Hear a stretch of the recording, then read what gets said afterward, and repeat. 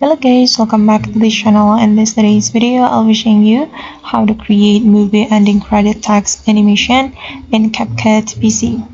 Okay, here I have created a project on my CapCut PC. And first of all, I'm going to add background for my movie ending credit so we can access the background on the CapCut library right here.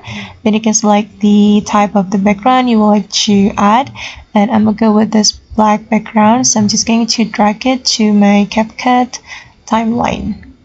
Okay, and after the background has been added, we're going to add text, so we can go to text option right here.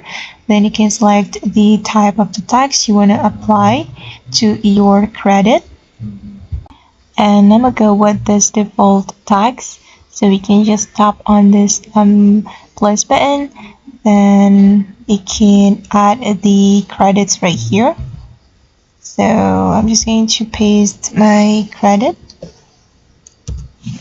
Alright, and I'm going to make it smaller a little bit. Okay, and we can adjust the length. I'm going to make this text align with the video. Then we're going to add keyframe to make animation for our movie ending credit text. So you can scroll down until you find the keyframe button. Okay, and this is the keyframe button. We're going to add the keyframe button for position and size. Then just click on this keyframe button. Then for the first keyframe, I'm going to place this credit right here. Then we're going to add the second keyframe at the end of the video.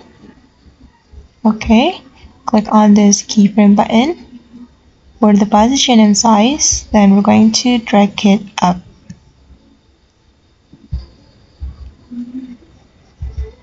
Okay, and now let's just take a look at the result. I'm going to show you the final result. Okay, and this is the result, guys. Alright guys, and that's how we can create movie ending credit text animation in CapCut PC. I hope this tutorial will be useful for you. Thank you so much for watching, and see you on the next video.